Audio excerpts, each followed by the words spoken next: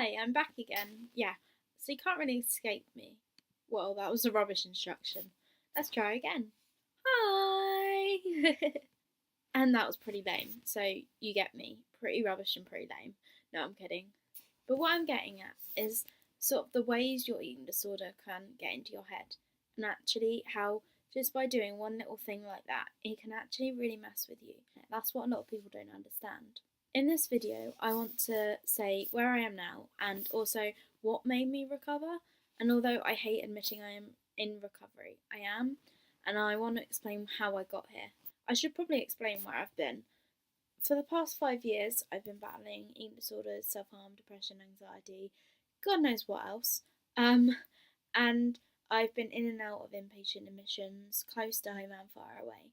And I had a fear that I was getting really institutionalised. I never thought I'd get better. I didn't want to get better. And also, that's a question people ask me now. Do you want to get better? Because I know in my previous videos, I clearly stated I did not want to get better. And the thing was, I did want to get better. Like, I didn't want to get better, but I wanted to be happy. And now I've realised that you can't have happiness without recovery. No matter how hard it is, the end result, I want to be happy, I have to recover. Back in May last year, I really hit a low point. I had been out of my last inpatient for a whole year, so that was a massive milestone. But at the same time, things were just going worse. When I came out, I considered myself recovering. I was eating way more than I had done at home before, but it slowly started dropping. And within weeks, I was on 1,000 calories. I still assumed that as a huge amount. And I maintained on that for literally like ages. And my weight was going down half a kilogram, maintaining up, half down, up, half down. So no one was really bothered. And my professionals were like, oh, you're turning 19 soon. We can't really do anything because we're transitioning you to their services. When I got to their services, I tried for 6 weeks. And then it was a review and it was, do you think it's helpful? Do you want to continue? Yes or no? And to be honest, all we did was talk about where I had been and my family tree and God knows what else that all other people want to talk about. And it wasn't getting to the problem. No, it was just, I found it extremely triggering going back to more services where I knew I couldn't move forward if I was still in those services. Despite what my mum and my family said, I discharged myself after those 6 weeks. And things sort of stayed the same. They didn't get better. They didn't get drastically worse. I continued really eating what I was, and then I went to Thailand in August, and things weren't great. I had one of the scariest points in my life while over there, and I won't go into detail, but it wasn't good. It was kind of a wake up call. And then when I got back, I also found out from the doctor I had gastritis or something similar. I can't really remember. It was just really bad indigestion. So I was off college for a week and I have really bad chest pain. I felt sick all the time. I still get it slightly, but not as much. And it was caused by my eating disorder and how there was too much stomach acid and not enough food. After that appointment, me and my mum had a long talk and we realised it was time to change. I was sick of living the way I was. All it was doing was bringing me misery, and I finally had the wake up call that, yeah, maybe I may not be put in a patient again, but living in the cell was worse. I'd never lived with the consequences. I'd been put inpatient too quickly to realise the consequences.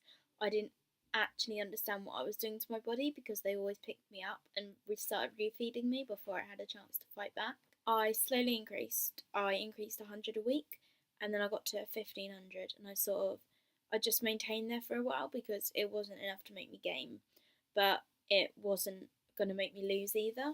So I maintained on that from probably September through to January. And in January, I was like, new year, new me, as you do. And I was like, oh, I've said it before, it never happens, but this time it will. I got in touch with a personal trainer via Instagram.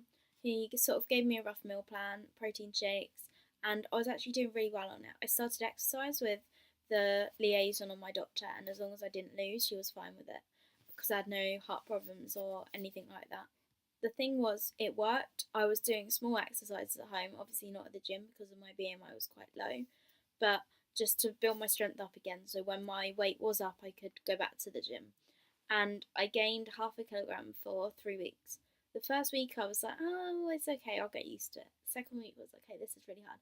Third week, I practically was like, fuck this, I can't be dealing with this. And at the same time, which was really hard, I had a stomach problem. Last year I spent 4 times up A&E because of different problems. That was like one a month from the first time. Like, it's ridiculous.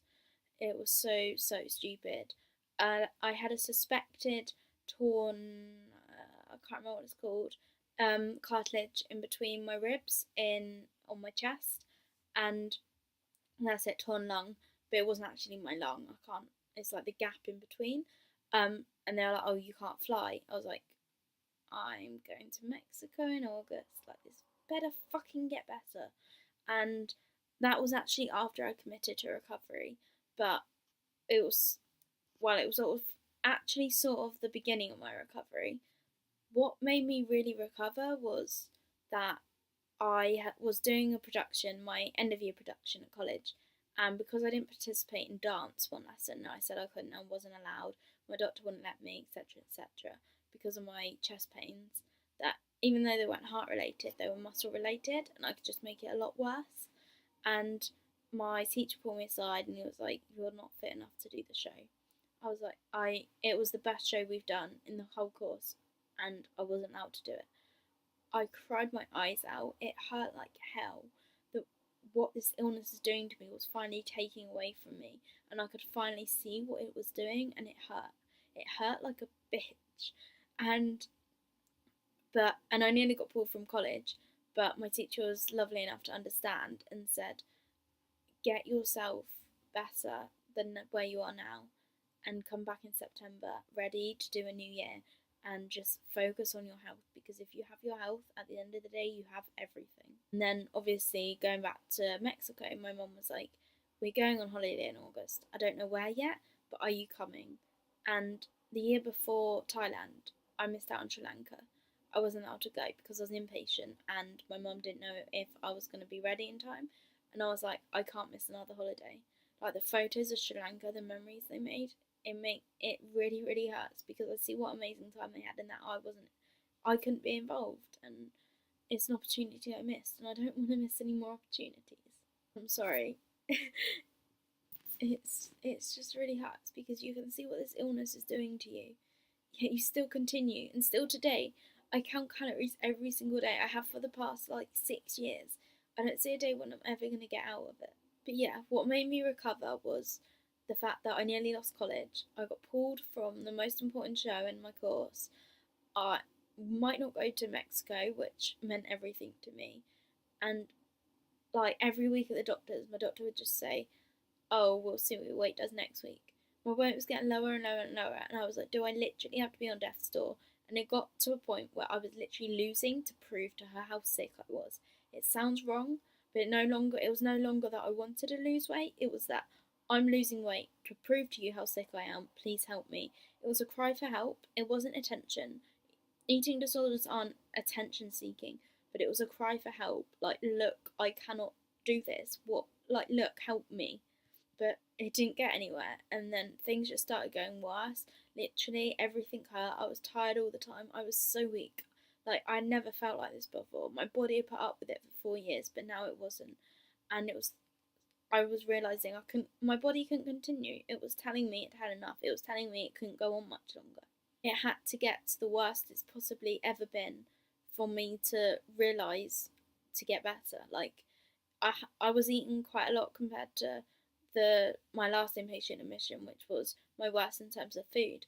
But this was my worst in terms of weight, and I just didn't know what to do anymore. I knew that I wanted to go to Mexico more than I wanted this illness.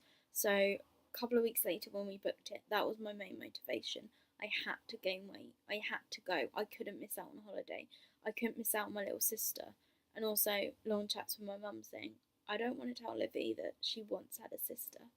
And to this day, it breaks my heart, because obviously I still struggle, and that just plays on my mind. Like, my mum can't be telling my little sister that she once had me. It just can't happen. I just think like I'm a work in progress. I take every day as it is, and I just try and do the best I can. I hopefully going to LA in August, and to be able to go on my own, for my parents to let me, I have to prove that I'm okay. And if I start slipping back, that's not going to happen. I've got so much plans for the future, and I've survived for so long. I just want to live. Like, I don't want to just survive. I want to live. I want to travel the world, like I said in my other videos. I want to see everything I possibly can. I want to do what I can. And with this illness, you can't do that. So, yeah, you could say I want to get better. But at the same time, the illness, when I say that, it's screaming in my head saying, no, you don't, you want to hang on to me. But that's where the illness hurts. That's where it still is trying to grip a hold of you. When people say that you're so close to recovering, you feel like you're going backwards. And I guess that's how I feel at the moment. Like, I'm so close to freedom that my head doesn't want me to get it. So I would say I'm in full recovery, not quasi now, or quasi, I can't say it. But at the same time, I'm so close. I feel like I'm so much further along than I used to be. And obviously my head doesn't like that. So I'm just taking every day as it is, and I hope to inspire as many of you as I can. So yeah, let me know if you like this video, subscribe, and there will be more videos to come, I promise. I won't leave it a year like last time. Okay, love you all, bye!